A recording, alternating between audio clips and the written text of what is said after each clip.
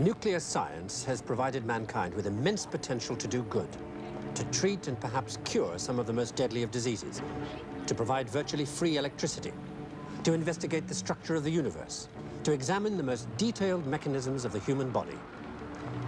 It has also, of course, provided the world with something else.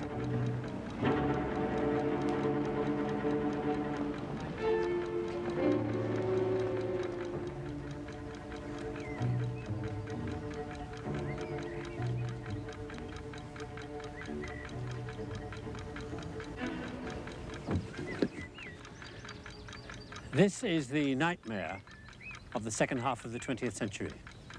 A suitcase with an atomic bomb inside it.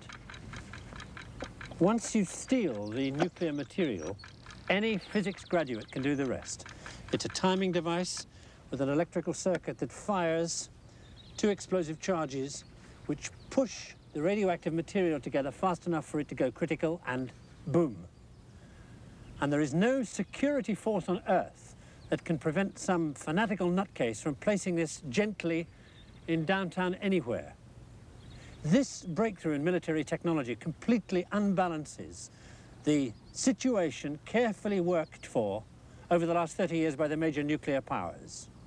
The nightmare is what the result will be. One of the results of the breakthrough in military technology that happened here was that I'm speaking to you in English instead of a language closer, say, to Dutch, because this is the site of the Battle of Hastings in 1066. That abbey up there was built to commemorate the event. The battle itself lasted maybe 5.5 hours. It was an immensely violent affair, full of sweat and fear and blood. Hand-to-hand combat in those days was unbelievably unpleasant because it maimed people rather than killing them. You died of your wounds later. They did most of the good work with this. I'd like you to see what it does to a side of meat, because in hand-to-hand combat, that's all a man is.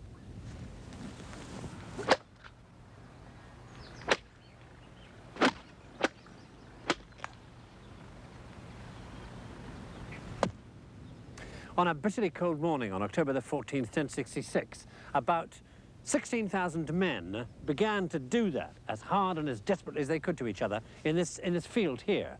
The Saxon King Harold had his headquarters straight up there on the top of the ridge where the abbey is now, and he disposed his men, about 8,000 of them, from over there at the top of that ridge, along the crest of the hill, for about half a mile to the horizon over there as far as you can see. Now, of those 8,000 men, he had about 5,000 professional soldiers, exhausted from a 270-mile march in the previous 10 days, backed up by about 3,500 local farmers who'd been given hammers and pitchforks and billhooks to do whatever they could with. They were told, come here and do your thing. Now, in front of him, in front of Harold, about 150 meters down the hill, ranged also along left to right, were the troops of William the Conqueror. 8,000 men again, but all battle-hardened, well-trained troops. 1,000 archers, 4,000 heavy infantry, and 3,000 cavalry. Okay, the battle went on all morning. Nobody could make any headway going up. The Normans could get nothing against the Saxons, who just stood there and fought them to a standstill all the time. Around noon, everybody stopped. They pulled apart, they picked up their weapons, they had something to drink, something to eat, and at about 3 o'clock they started again. And this time, William sent his cavalry straight up the hill at the Saxon shield wall. It banged up against it and got no further. And they fought and fought and fought until finally the Norman cavalry began to pull back. And it was then that the Saxons made their real mistake. The Saxons broke lines and came chasing down here after the Normans. And here on level ground, where I'm standing, was where England became Norman, because it was here that the Saxons allowed the Normans the one advantage, that one technological device they had that the Saxons didn't have. And it was the use of that device that changed the history of the Western world irrevocably.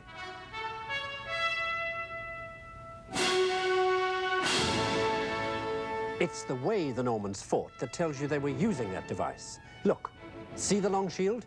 That's used to protect the left side of the body because the rider's carrying a lance with the other hand, so he can't fight off an attack. And the only reason you use a lance like that is if you've got the device the Normans were using. The stirrup. The Saxons lost because the Normans were fighting from horseback, thanks to the stirrup. Trouble was, you hit so hard, you lost your lance. As the stirrup went into more general use, the first change it brought about was this: a bit of cloth you could use to help heave your lance back out of the corpse. 60 years after Hastings, anybody who was anybody was fighting from horseback, wearing more armour to protect themselves, so they were heavier. So while the massive shock of the impact might kill the other guy, it knocked you backwards off your horse, and a fat lot of use you were to anybody in a heap on the ground.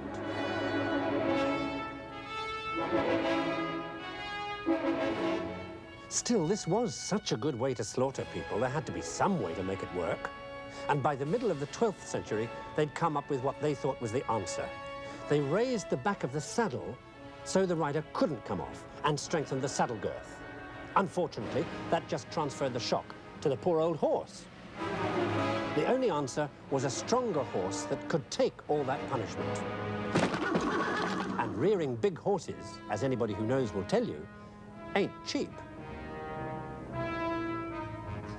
Now, keeping a man like that supplied with the latest weaponry and horses in a period when there was very little money in circulation needed the kind of wealth that could only come from land and peasants working it. So as you'll see, the coming of the knight changed the basic structure of society.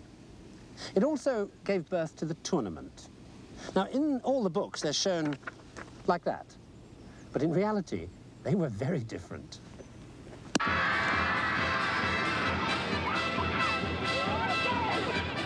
Early on, the tournament was a kind of cross between the circus coming to town and a wild free-for-all, where half the time things ended in absolute shambles with whole towns getting burnt down.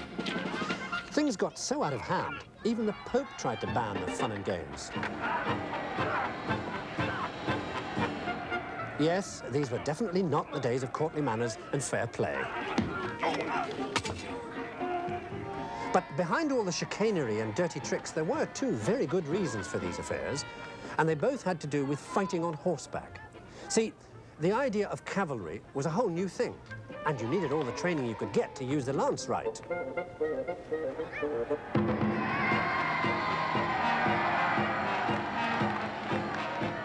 The other reason had to do with the prizes you won.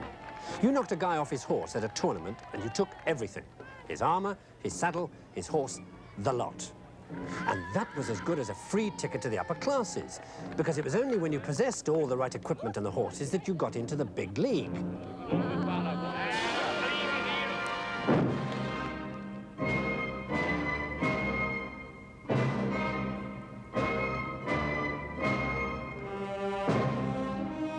By 1250, the big league was a very exclusive club only the very rich could join, thanks, in the first place, to the stirrup and the way it had led to the fully armoured knight on his massive war horse.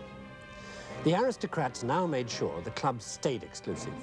They made knighthood hereditary and took on permanent family names instead of just being son of somebody. And because the armour covered their faces, they needed identification marks to show who they were in battle, so they didn't get clobbered by their own men. These heraldic symbols completed the separation of the aristocrats from the rest. Immensely powerful and immensely rich, the armour-plated upper crust must have felt that they had absolutely got it made.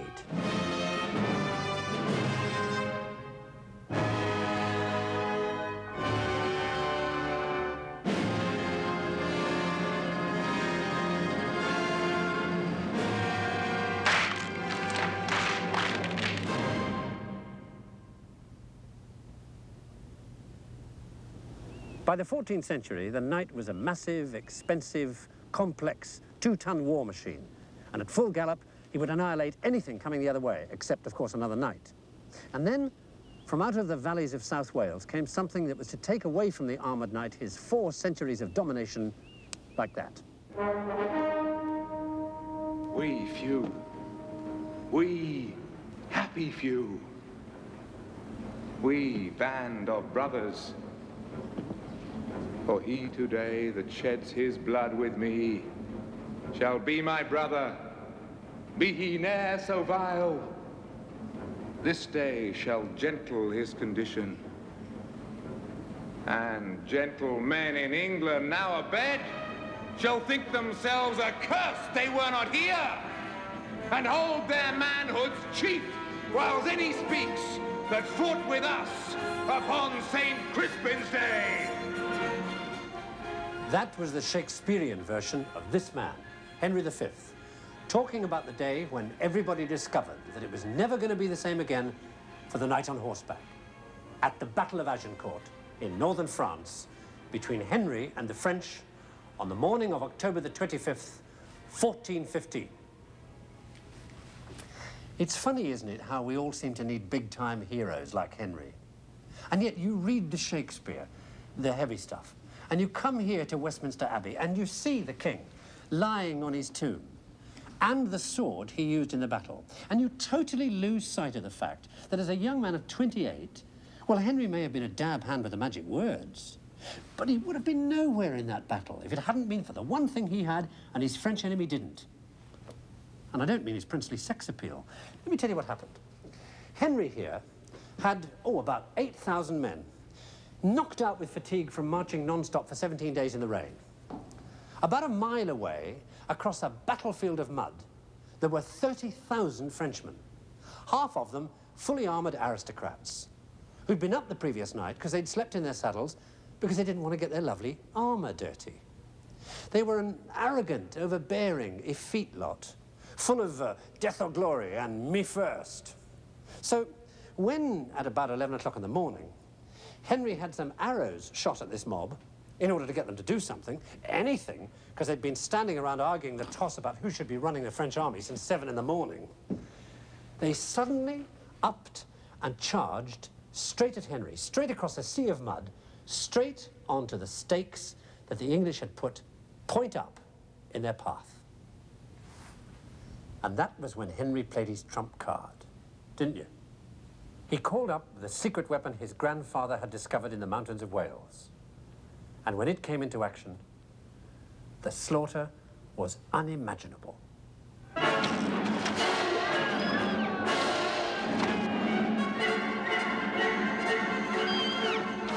That weapon was the Welsh longbow, and Henry had over 1,000 of them.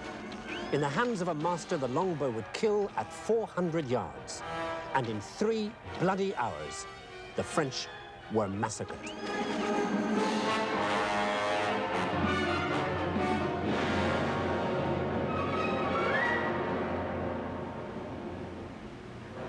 Many of the French knights had their horses shot from under them to fall in the mud and suffocate as the bodies of their dead companions piled on top of them. When it was all over, the English had lost maybe 500 men, the French 10,000. Most of them buried here in a common grave under my feet. The longbow did most of that. It was a terrifying weapon. And yet, a generation after Agincourt, they couldn't find enough archers to muster a company, let alone an army. The reason? Well, because that's the way things go. The reason has nothing to do with Agincourt or war or weapons. It had to do with food. And it had to do with the fields the food came from and the way the people worked the fields, like these peasants in the Duke de Berry's Book of Hours. With 90% of the population on the land, any development in agricultural technology would affect everybody. And in the 7th century, 700 years before Agincourt, 3 agricultural inventions came, one after the other, to fundamentally change people's lives. The first was a new kind of plough. You see, up till then, the plough in general use had been little more than a digging stick pulled by oxen. It came from the Mediterranean, where it's still in use today in the Middle East, and it was good enough for the job of turning over the light soil in that area. But up here in Northern Europe, it got you nowhere.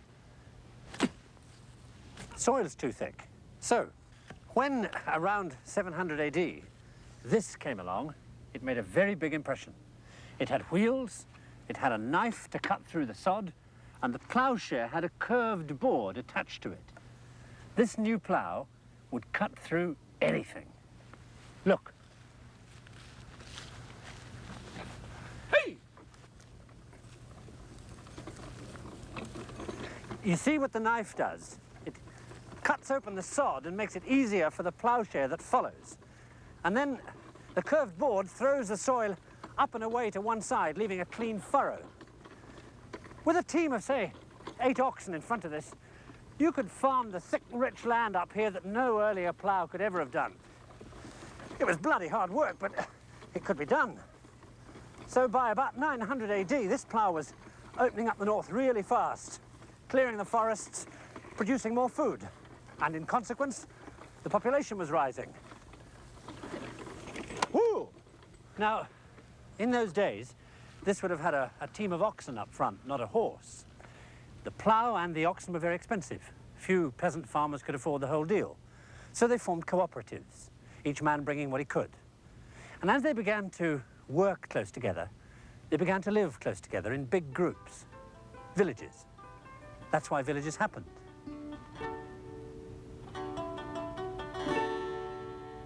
So the first invention was the plough. The second came towards the end of the 9th century. The situation was that up till then they were using oxen in front of the plough, and if you put an ox harness on a horse, it cuts across under the neck and strangles the animal. The horse collar, that was the second invention, spread the load on the horse's shoulders, and so now you could use a horse. Now a horse will do twice as much work as an ox because it does it faster. So production doubled, and the population rose again. The third invention took them and their horses further afield.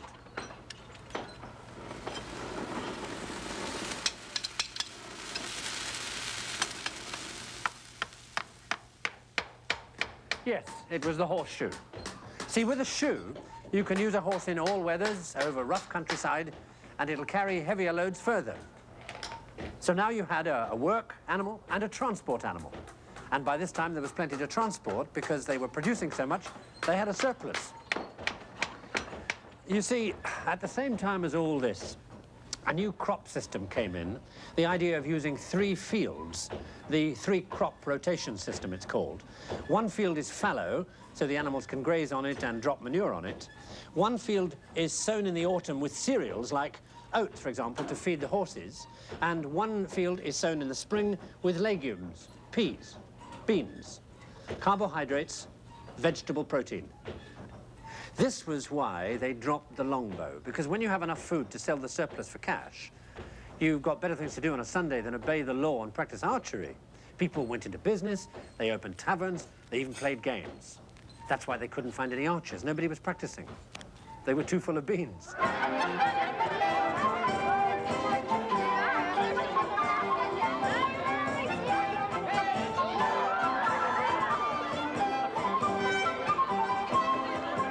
Now, this may look very simple and rustic to you, but what you're looking at is the medieval peasant equivalent of Thank God It's Friday.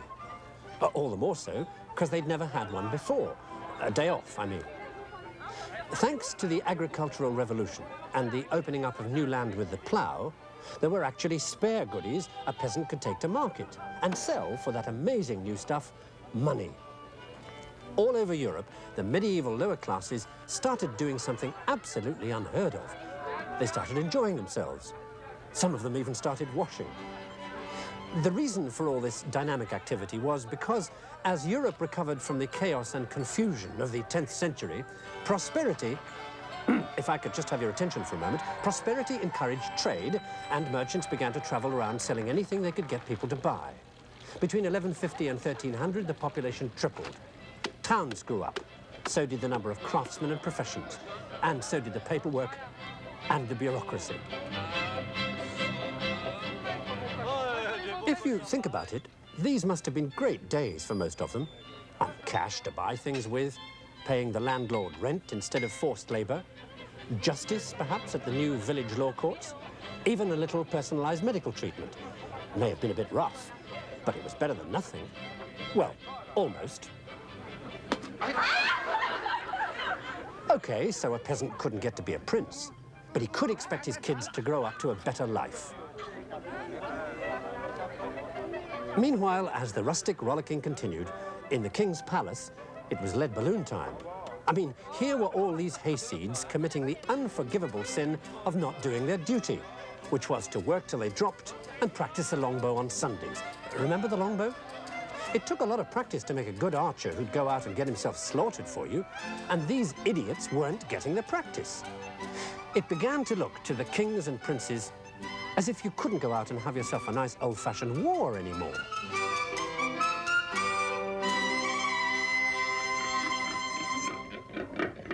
And then good old human ingenuity came up with a less demanding way to kill people. Now, to be fair to the Europeans, they didn't actually invent it, but they took to its immense destructive potential with all the gay abandon of an alcoholic in a brewery. And in case you're wondering why I'm telling you all this with my pig friends here, it's because one of the first places they found the principal ingredient for the new terror weapon was in a pigsty. Why? Well, you see, a pig's home is also his toilet, and you make gunpowder from urine and dung.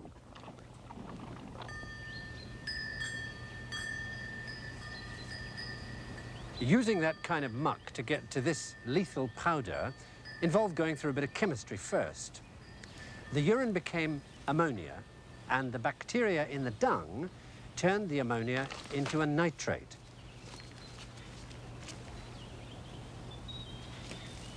Having mixed the mess with wood ash and then filtered water through it all, boiling that water produced saltpeter crystals. This powder is a mixture of saltpeter, sulfur, and charcoal. All you do now is apply a flame, stand very far back, and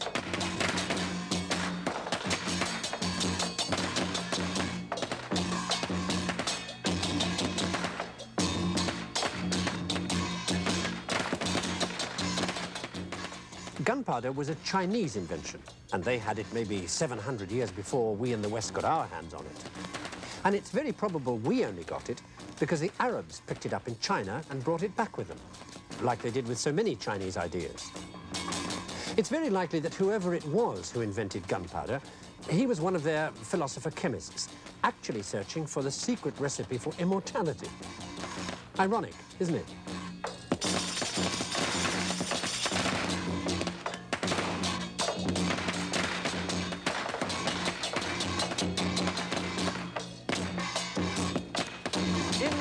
Apart from the odd rocket or grenade, that was how the Chinese used their gunpowder, for fireworks in religious rituals.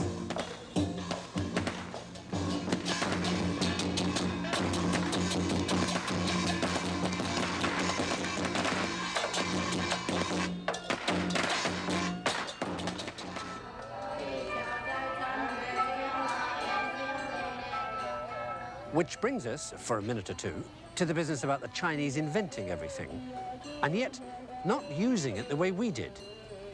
This is part of the reason, their view of life.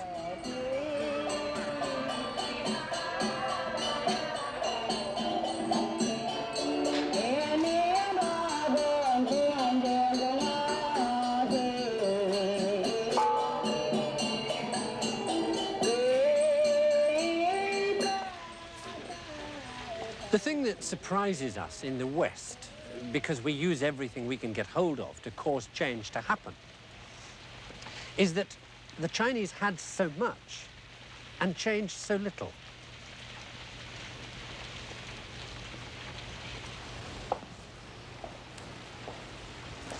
What I mean by so much is this. They had gunpowder, you saw, and look what we did with that. And then 2,000 years ago, they used to spin magnetic spoons on pictures of the earth and the sky, and depending which way the spoon pointed when it stopped, they made a political prediction. When we got hold of that in the form of the compass needle, we used it to conquer the world, to set up empires, aided in our voyages by a Chinese rudder. Chinese looms, capable of making complex patterns like that, helped to set up the great 13th century European textile industries. 1,000 years before us, the Chinese had blast furnaces, steel, pistons, cranks, and this, paper. Part of the reason why, in spite of all this, change didn't come in China the way it did when all this came to the West was this. Not printing, although they invented that too. No, this word. Tao.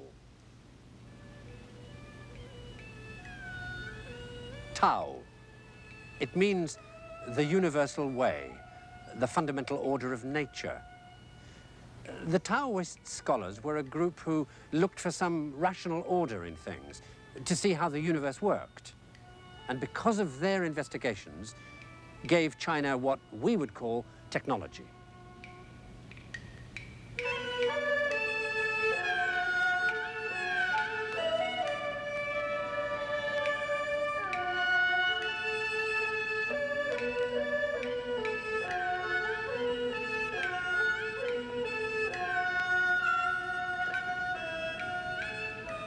And yet, explosive change, the kind we in the West went through when we got hold of what China had invented, didn't happen here.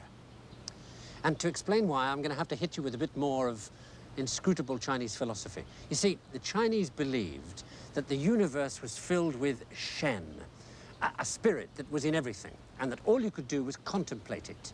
Trees, mountains, birds, rivers were all one, and so you couldn't reproduce a model of the bit of the universe and examine it because you couldn't fill it with Shen. Now, in the Christian West, we reckoned that the universe was made of rational bits and pieces by a rational God, and if you were a rational human being, you could make a model of a bit of the universe and then take it apart to see how it worked and use what you learned. The other fundamental reason why change didn't happen here in China was that.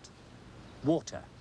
You see, about 5,000 years ago, the very first great civilized act of the Chinese was irrigation on a vast scale. And that needed centralized planning, and that needed a bureaucracy. And what a bureaucracy. They pigeonholed everybody, and you stayed in your pigeonhole.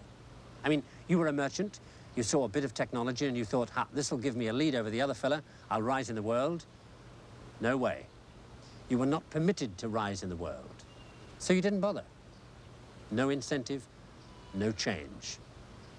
Whereas in the medieval West, you had a little money, you got ahead. Profit motive, you know? And that is why we were able to do with technology what the Chinese could never have done. Like, for instance, putting gunpowder into one of these. Or to be more accurate, one of those. The fact that bell making was a peaceful religious business didn't stop 13th century Europeans from grabbing the idea. Look how easy it was to adapt. And the bell becomes a bombard, instant artillery. For the princes and generals, happily, it was business as usual once more.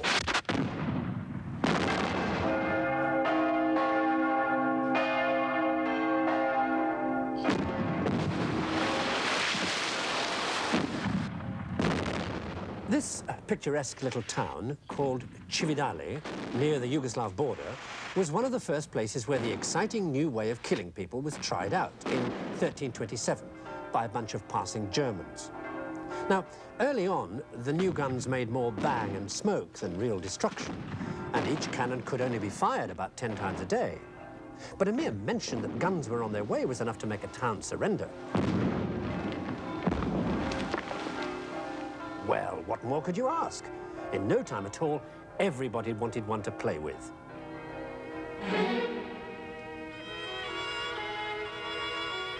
Which is why our story brings us here, to a place called Yakimov, in the mountains of northern Czechoslovakia. It was the growing mania everybody had for cannons that built this place and turned it into the 16th century Fort Knox of Europe. You see, few inventions have ever been more greedily seized on than the cannon. And in consequence, the business of making war became ruinously expensive. Not in terms of men, they were cheap. In terms of money. And all the way through the late Middle Ages, that was the one thing that they were short of, cash. Until in 1516, here in Joachimsthal, as it was called at the time, the biggest silver strike in history was made out there in the valley. At its peak, Joachimsthal was turning out something like 3 million ounces of pure silver a year. And they were minting these here in this building as fast as the stamping machines would make them. They were called after a shortened form of the name of the town, Joachimsthal, thalers. The modern word dollar comes from thaler. And just like the dollar today, in their time, these thalers would buy you anything you wanted, anywhere you went. Well, you can guess what happened. From all over Europe, miners and speculators flooded into this place, seeking their fortune up there among the pine trees.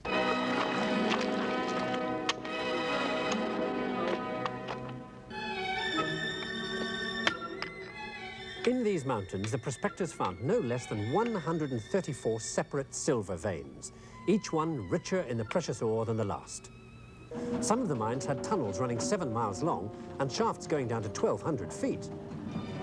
The cost of the mining operations and water-powered machinery to crush the ore and smelt it was so great that no one individual could afford it. So Joachimsthal became the first great capitalist venture, with shareholders forming companies to run the place.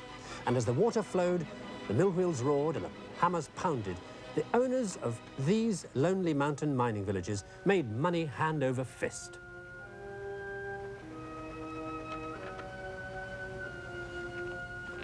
Ever occurred to you why so much mining so often took place in these high, cold, wet mountain valleys?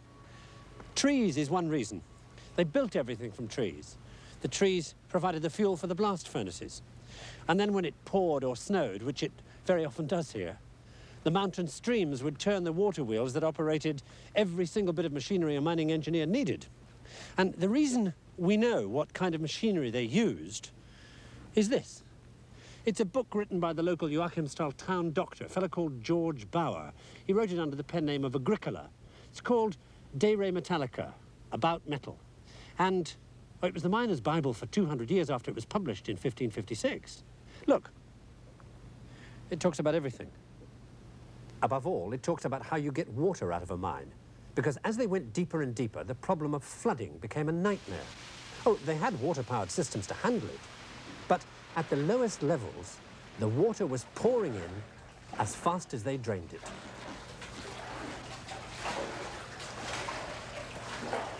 They had three principal ways of getting it out.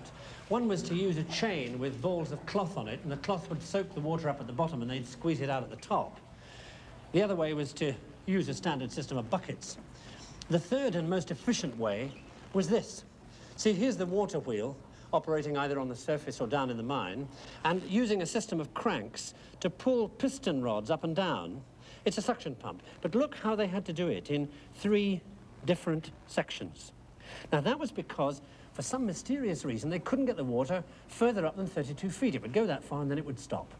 Now, with that amount of silver at stake, everybody wanted to find out why. So finally, somebody wrote to Galileo. And Galileo put his pupil Torricelli onto it, and Torricelli cracked it. He reckoned that it had something to do with the fact that the air above the surface of the water down in the mine wasn't heavy enough to, so to speak, help the water up the tube. And he reckoned that if you built yourself a mini model using heavy mercury in a small tube to represent the real thing, 32-foot tube, ton of water, you could study the thing scientifically. So he wrote all this out in a letter which he sent to his friend Ricci, who lived in Rome. Diagrams, details, a lot. Now, Ricci knew that whatever it was, it involved the investigation of the vacuum. And Rome was far too close to the Pope for that kind of thing. The church said there was no such thing as a vacuum, and if you did, then you could find yourself suddenly dead. So Ricci, clever lad, copies out the one section of the letter that has to do with the guts of it and sends it via a French friend to somebody who is in a position to talk about the vacuum. The letter was sent to Father Marin Mersenne in Paris, and Mersenne was exactly the right man to send it to.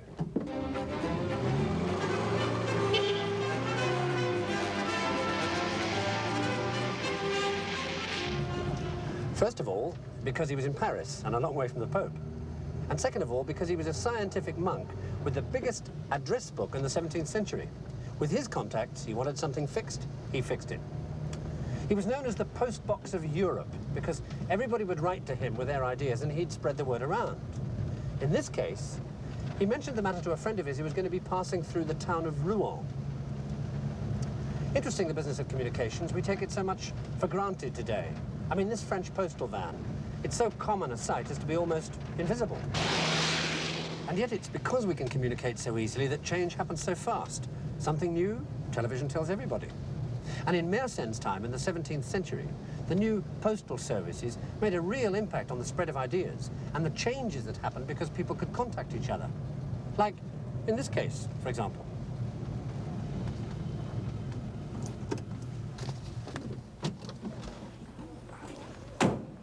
The message finally got to Rouen in northwest France to a certain Blaise Pascal, who went out immediately to the nearest glass factory and carried out Torricelli's experiment. He took a glass tube filled with mercury and he put his finger over the open end, and then he inverted the tube and put the open end into a dish of mercury, and when it was in it, he took his finger away. And there, inside the tube, was the thing the church said couldn't exist: a vacuum. What's more, Pascal agreed with Torricelli that the weight of the air pressing on that mercury there must be the same as the weight of the mercury in the glass tube to keep it standing up here like that. So, if air pressure really existed, was it the same everywhere? He looked around for a mountain, and there are no mountains in Rouen. But his brother-in-law lived here, where I am now, in Clermont-Ferrand, in the center of France, where there are tons of mountains. So, Pascal wrote another letter. And finally, in September 1648, his brother-in-law did as he'd been asked. He took this lot 4,000 feet up to the top of a mountain called Puy de Dôme, after marking the level, of course, first.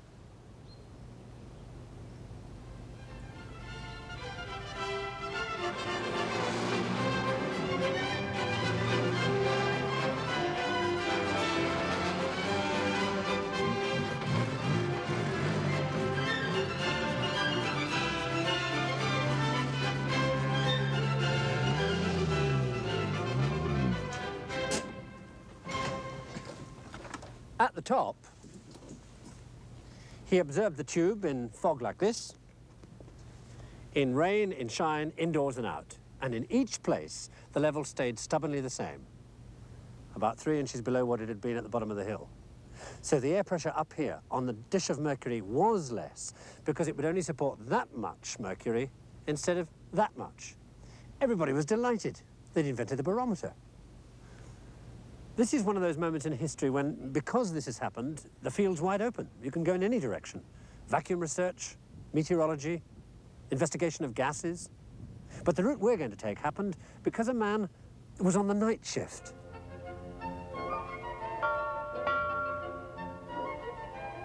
This is a foggy night in gay Paris, 1675, and this is a foggy French astronomer, Jean Picard.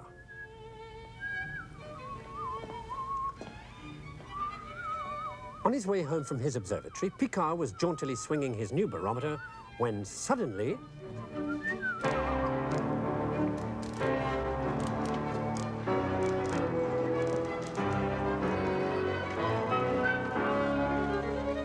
Picard was stunned. Zut alors, he thought, and told everybody, and kicked off a century of international insanity. In England, Francis Hawksby cranked a glass globe round and round and got this. The more he rubbed his glass balls, the weirder things got. They became strangely attractive. In 1709, he told everybody, so they all started doing it. Around 1720, Stephen Gray was rubbing a glass tube to make it attractive. Well, why not? When he saw that the attraction went down a thread attached to the tube. In 1745, somebody found a way to store up the mysterious force in a jar full of water. Electricity was now portable. There was no holding the intrepid investigators. The big question now was, what exciting things could you do with sparks?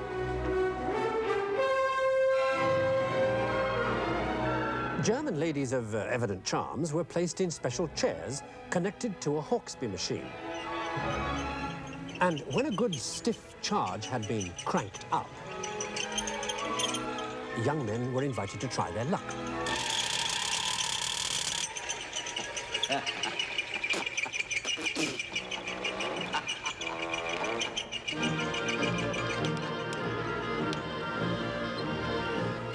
A fat German investigator called Hausen used the same machine to do similarly electrical things to small, suspended buoys.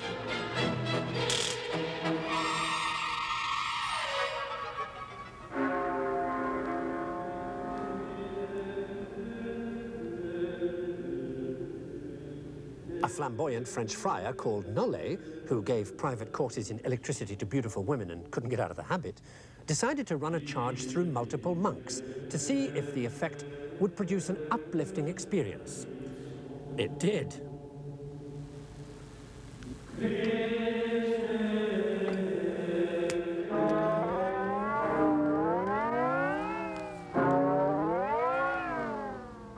Well, it seemed obvious that electricity was good for you, and in 1780 the famous Temple of Electrical Health opened in London.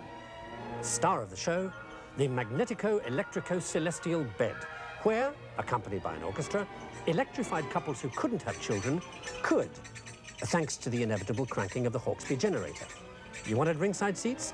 You bought tickets.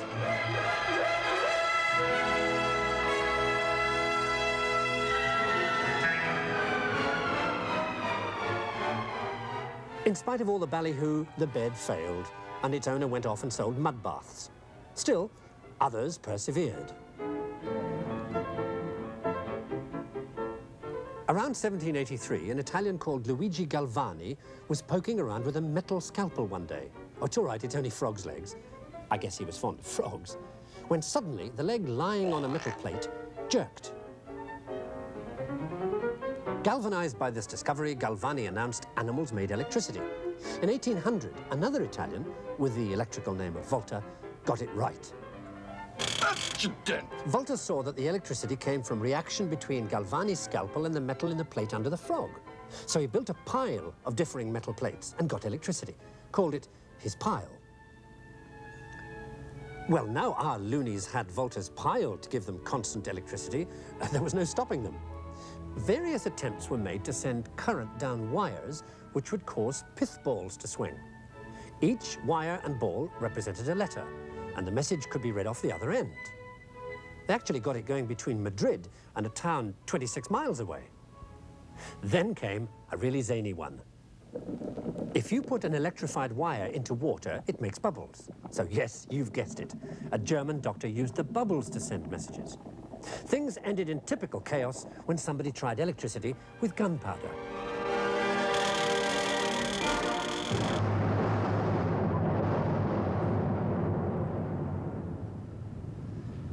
By the beginning of the 19th century, things became very much more purposeful than that. And although an awful lot of innovation and change comes about by accident, by mistake, cheating, fooling around, it sometimes happens because people find something out that sets them thinking. And that's what happened in this case. In 1820, a rather dull Dane called Ørsted was teaching his students that an electric current going down a wire shouldn't have any effect whatsoever on a compass needle. When, to his utter chagrin, it did. Well, no fool he, Ørsted immediately made it known that if an electric current going down a wire caused a compass needle to swing, it had to be generating a magnetic field and moving the needle. Poor old Ørsted. I mean, who's ever heard of him? Michelangelo, yes. Ørsted? And yet, the fact that an electric current generates a magnetic field is fundamental to the way the world is run today. I mean, take just one thing that happened because of Ørsted. If you wind a live wire round and round a bit of iron, the magnetic field generated by the current causes the iron to become a magnet, an electromagnet. Now, somebody did that in England in 1825. In 1857, a German took a tuning fork and put it next to an electromagnet, turned it on and off, turned the magnetic field on and off, and caused the tuning fork to vibrate. And then, in 1870, a Frenchman living in America took a diaphragm, put a bristle on the end of it, and then yelled into the diaphragm to make it vibrate. And the bristle jiggled up and down and made a pattern on smoked glass. And the pattern was always the same for the same word. Now, I say all this because the brilliant invention that came out of it, and it was a brilliant invention, was really no more than putting all those bits and pieces together. Like this. You yell into that cone. That causes a metal diaphragm here to vibrate. Now, that metal diaphragm is within this magnetic field, and as it vibrates, it kind of drains it, causing the current in the live wire to fluctuate. This fluctuating current fluctuates along a wire until it reaches an identical setup, where because it's a fluctuating current, it makes a fluctuating magnetic field. And that causes another metal diaphragm to vibrate in exactly the same pattern as the first one. And when it does that, it makes a noise in that cone. So, what you yell in here comes out there. Now, that basic idea occurred to two men at the same time. Only one of them, a Scotsman living in Boston in 1875, teaching deaf mutes, got to the patent office 2 hours ahead of the other fella. And that 2-hour difference is why we say end with the means of preventing war through the use of telecommunications, perhaps to bring the peoples of the world closer together into